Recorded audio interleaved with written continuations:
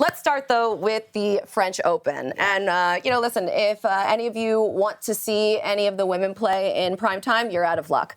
And that has basically been the case for the last 4 years. Under tournament director Amelie Marasmo, women have only played 2 night matches since 2022. Crazy. 0 in the past 2 years. Marasmo was once again asked about the scheduling and once again dismissed all of it. We have current players like Coco Gauff and Aryna Sabalenka who have been openly critical of this, as well as former legends like Hall of Famer Pam Shriver, who said this on the Tennis Podcast. It's extremely triggering, painful, and disappointing to have a player, a former WTA Tour player who got to #1 in the world, is in the Hall of Fame, who basically earned her $15 million plus prize money, not including all the endorsements, exhibitions, every opportunity that she had on the back of the original 9, led by Billie Jean King, furthered along by Martina and Chrissy, and to have a tournament director with that CV, that background, basically slapping women's tennis, the modern day version 2025, is horrendous to hear. And I'm sorry for the young players, the daughters, who don't really understand because they weren't alive, in the 70s and 80s when really the original frontier of this battle. In 2001, Primetime Women's Final was established on CBS, one of our main 3 networks. And the ratings for that Primetime first ever match, obviously it was sensational, but that is the U.S. market, the U.S. culture was ready to embrace. And women's matches have a history of outrating men's matches many, many times in many decades since the 70s because they're given the opportunity, they're given the slot, and people in the U.S. have sort of stripped away their bias, and they just want to see the storylines, the competitions, the competitor, and they want to see what happens. It doesn't matter so much where I'm from, if it's a man or a woman, they just want to see a good tennis match. Woo! Go!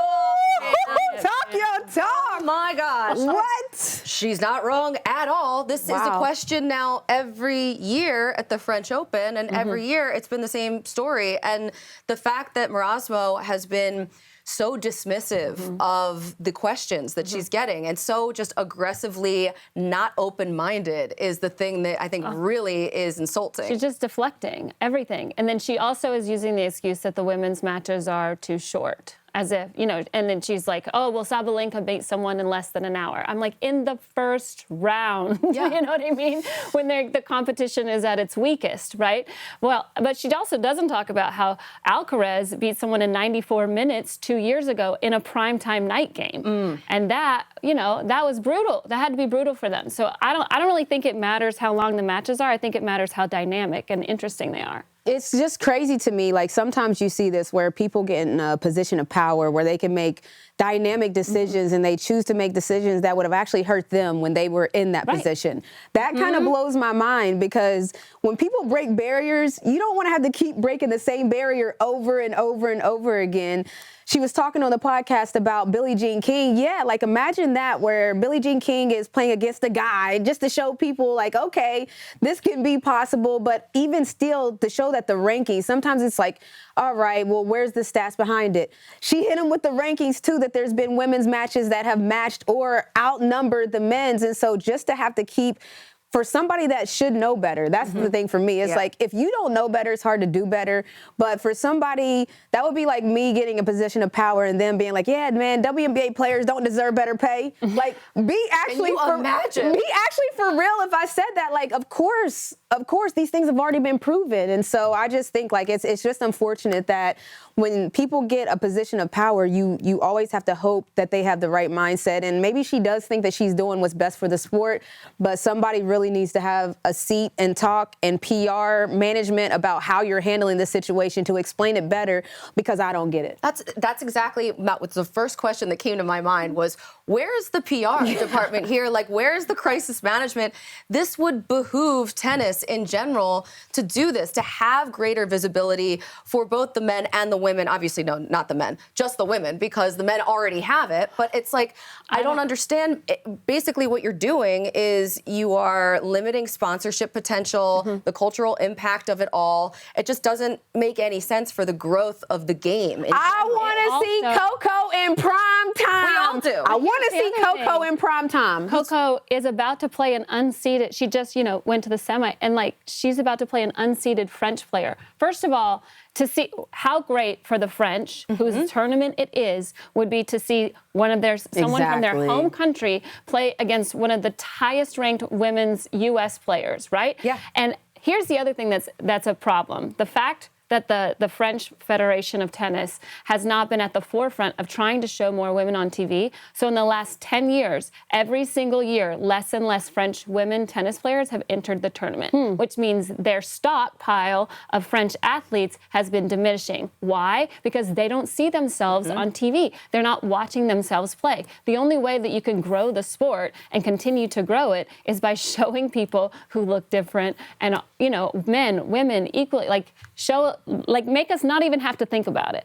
Right, because it's not just about equal pay, even though that is such a big part of it, but in the Grand Slams, they offer equal prize money to both men and women, but equality isn't just about money. You're talking about media attention. You're talking about all sorts of platforms and just respect in general. I mean, visibility is a part of pay, though, because the more you're on TV, the more sponsors sees you, the more sponsorships you get. And also, too, there's this thing that a lot of business people may not care about, but it's moving the game forward. It's like when I was watching the Title IX Olympics, which is 1996 in ATL, I watched that basketball squad, and I'm like, oh, what? It's up. Like, I'm about to be balling on TV, playing around the world. It's like in my mind, it did something. It triggered something in my mind. And so if you have younger players that, like you talked about, you have an unseeded French competitor that's going against Coco, who is one of the best. You said one of the best. Like in the past 25 years, there hasn't been an American-born player that's went to the Sweet 16 5 years straight. It's Coco, the only one that's done that. So you mean to tell me you have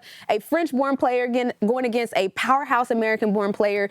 You don't think that's must-see TV, and you don't know what that would do for young French players coming up? It's like that's the thought process that you gotta think broader than just the business and growing the game. So that's unfortunate. And she's supposed to be the ambassador. She's supposed to be the leader, the director of everyone. And kind of when you think about different commissioners for different leagues, like that is their job, is to grow the game, to make more money for the league. And that's what this would do. So it's just so narrow-minded to take this approach. I understand the fact that they're like, well, a women's game in primetime, women play best of three, men play best of five. So for advertising or whatever, they're like, well, we want the game to be longer.